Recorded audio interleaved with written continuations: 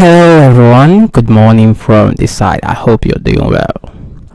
Today I was actually doing a recording yesterday, yesterday night, but after the recording, the file format it was saved out was not supported. So I got tired and I did not redo the video.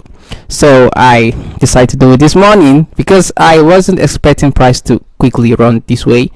But nonetheless, we still do something.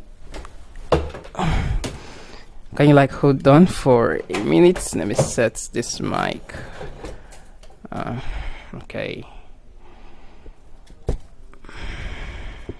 So last week, I think I posted about Ethereum, and I told you guys about the directional bias that we have, and I made mention of it going bullish, right? So we do a update for that, and we give us a breakdown analysis and all that things that I think about. So while doing the recording yesterday, I actually did all of this markup while I was doing the recording. So, but you know, it didn't play out. The record didn't save in supported file. So last week I made mention of Ethereum going for this high that we have right here, right? If you have not watched the video, I think you should go back to that and watch it. So I labeled this as the buy stop, and I made mention of this fair value gap here being violated, right? I say it's gonna be violated because price didn't show a confirmation to go bearish, and I made mention that all of this here is not a valid area to look for sales. We have already filled up inefficiency right here, and price was drawn to the buy stop, sorry, the sell stop that I labeled last week. That was here on the weekly time frame. We have that sweep of liquidity, and we have that, is this a bullish reversal or a bearish reversal? So we have that reversal right there, and we trade into the fair value gap or the sell side inefficiency, and impulsively trade into it. Did not show any confirmation that it needs to sell. If we are willing to sell from, if we are expected to sell from an inefficiency, price should trade into it in a bullish structure. So when it trades into it in a bullish structure and we want to confirm that, we will need to see it shift structure from that bullish structure to the bearish structure, and then we'll be looking for sales. But we actually see what happened. We have this high, we have this low, and price impulsively trades into it and breaks out of it. So the next thing that we now get to experience again is that price starts to reaccumulate. All right, so this is what we have right here. We have a markdown. We take that sell side, that sell stop liquidity rested on that low. We accumulate orders, impulsively trade. We have accumulation, expansion, and then we have a reaccumulation of price, and now drawn to the buy stop resting at this high, that liquidity that I made mention of.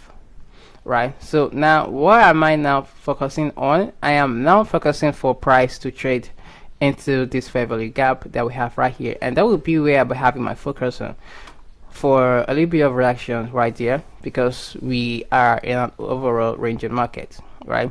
Remember, we have these external highs and low. So I made a lot of details. I put in too much energy last night while explaining. I gave a lot of information, but yeah, the video was not saved properly, so that was why you saw this markup right here. All right, so now the reason why I am looking at this fair value gap is because that is at a premium price. We are inside an internal range. We have this range high and this range low. Okay, so right now I'm not looking at this external, I'm looking at this internal one. All right, so if you take your Fibonacci from this high to this low, you can actually see that the fair value gap is at premium, is above 50%, is above equilibrium, so it is at a premium price. Also, if you take this high and this low, it is still at a premium price in between the 79 and 61 Fibonacci level. So our main focus should be right here. Alright, we should be focusing on what will happen on that fair value gap, if it's gonna get respected or not. And then if it goes violated, we're looking for it to go for this high and this high. Now I label this as a previous 3 months high, and this is previous 3 months low. If we go up to the 3 months time frame, you can actually see what happened right here on Ethereum. Right, we have this high, we have this low. Price trades higher because we were expecting it to go for this high, but it did not. But still yet, it is not a failed high. Now the reason why I am not calling that a failed high is because it did not break a bullish structure. So price just created the high and we trade lower, right, but did not, you know, shift the trend yet. So this is ranging. Alright, now this was the other block that we might be focusing to buy from. But what did price do? Instead of price to buy from there, what it did was to sweep its low. Alright, so we have that sweep of liquidity right there,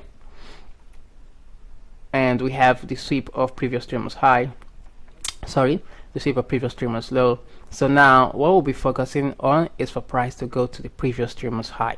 That will be what we are targeting, but we still have to look out for the fair value gap that was here. We need to pay attention to that. And if you go to the monthly time frame, this is what we are having, like this on the monthly time frame, right? So the monthly time frame has its fair value gap, has this. So we will just be paying attention, but I will be focusing on the one that I saw on the weekly time frame, which is this and this, because I will be expecting price to trade to go take this liquidity. We have buy side liquidity pool resting right here.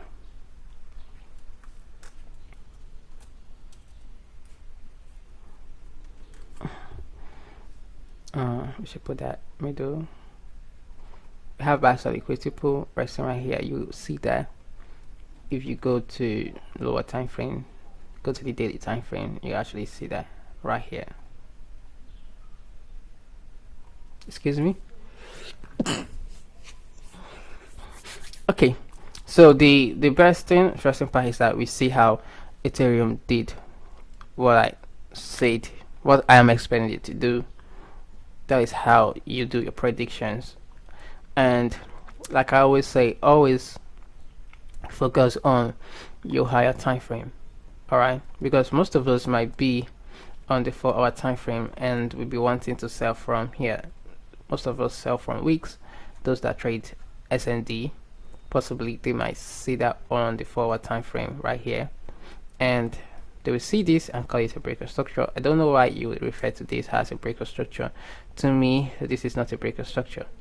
Alright, now what actually happened here is that we have a range in market right here. Price range trades for that of liquidity pools resting below the area of sell side, and then accumulate to buy.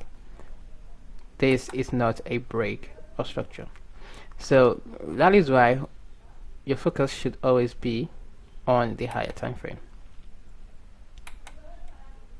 Both labeling of structures, to know your structure, to know your trend, they should all be done on higher time frame.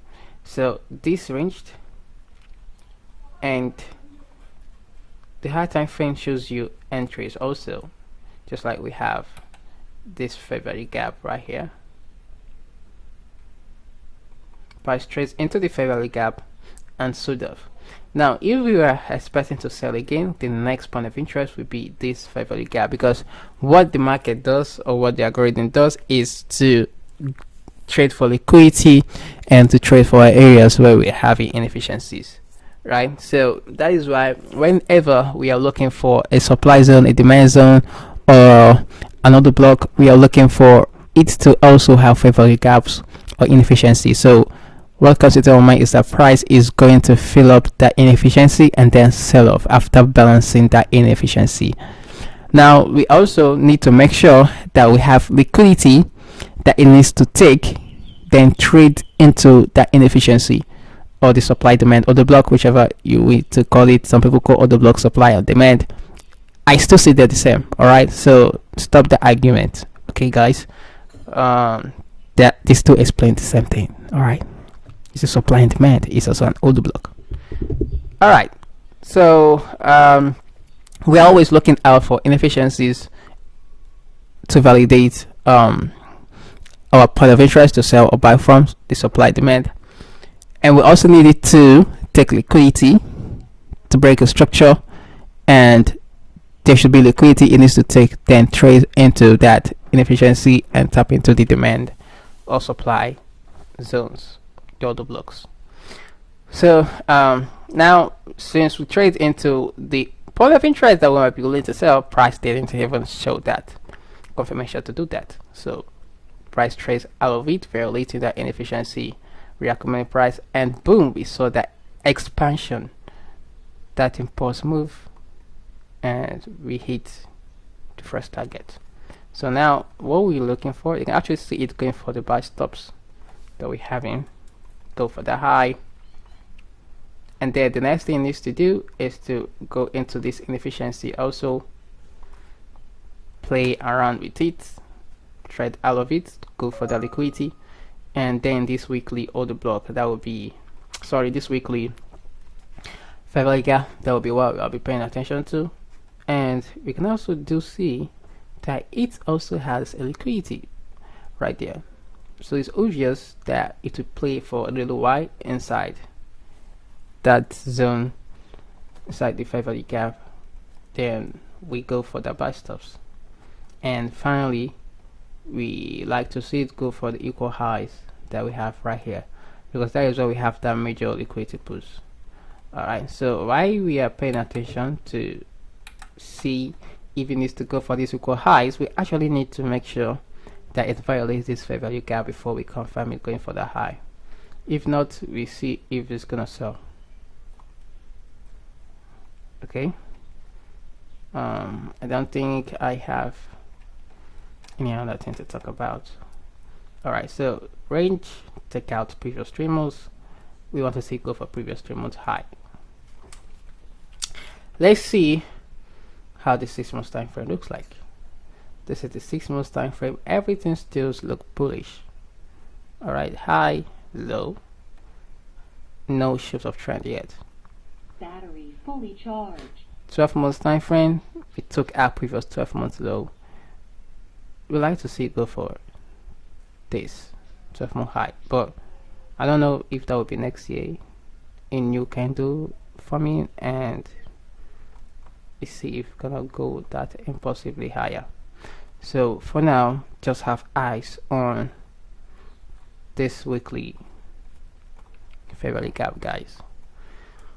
I think that's all I have to say. And also another update should be Bitcoin. You actually see Bitcoin delivery as we explained, like I've been saying since last year. And you can, if you miss buying Bitcoin because Bitcoin is so expensive, there's an ETF for Bitcoin, ACB. ACB moves in line with Bitcoin, currently at $103, right? $103, and Bitcoin is 103,000. So I think the ETF is on the hundreds, while the real stuff is on the the real coin is on the thousands, and the ETF is on the hundreds. Alright, you can actually see the same movement with Bitcoin. So if you see that Bitcoin wants to go higher, you can just go for the ETFs, purchase it, and just see it and pretend like you have Bitcoin. Alright, you have one Bitcoin, you can just get $103 and you be like, hey guys, I have one Bitcoin. But what you actually have is the ETF. Okay, so yeah, then I think that of Ethereum should be sorry, not this XZ.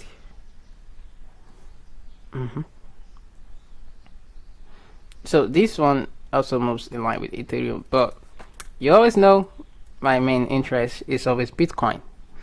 Alright, the reason why I did that of Ethereum is, and we also have ACB.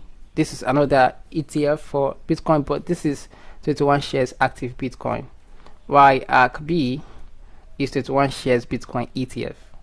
Alright, so either you get that one or this one. This one doesn't look like it moves the same structure of Bitcoin, but it goes higher. Bitcoin goes higher. Alright, so this one is currently at $63. You can still get this one and you pretend like you have one Bitcoin. But it's actually an ETF. So the reason why I did that Ethereum is because one of our subscribers told me to do that last week. Was it last week or last 2 weeks? But I don't know, but it's on my YouTube channel. Let me see.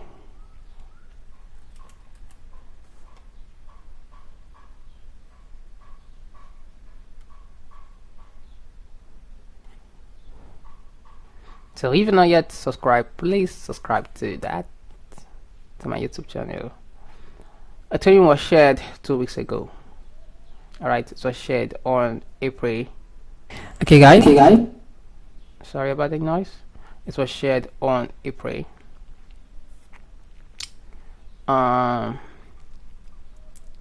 Also, I do share some updates on WhatsApp channel. So I'll put a link on the description to have access to the WhatsApp channel. I shared about gold and Euro USD there. They all did well. But I was too lazy to create that on YouTube, you understand? So I don't always have the time to create videos because I travel most of the time. So too busy for that. But I do drop some update on the WhatsApp channel. Alright, so when you click the link, you join the channel and click on the subscribe, put on the notification, and to get the algorithm, the range prediction is on Udemy. The course is on Udemy. You can get the course and you learn more about how I analyze the market, predict, and it always play out, let me say, like 90% of the time, 80% of the time. You understand? So you can actually see how this works all the time, how the analysis that I've been showing you guys, the outlook, I've been showing you guys the teachings, I've been showing you guys how it's been doing well. In most cases, all the predictions I've been doing playing out since the time I started YouTube. I start posting my predictions. So yeah, the link for the Udemy course will be on the description also on this video. So yeah, take care and be safe, guys. See you next time. I'll be uploading Euro USD later on if I have the chance today. Okay, take care.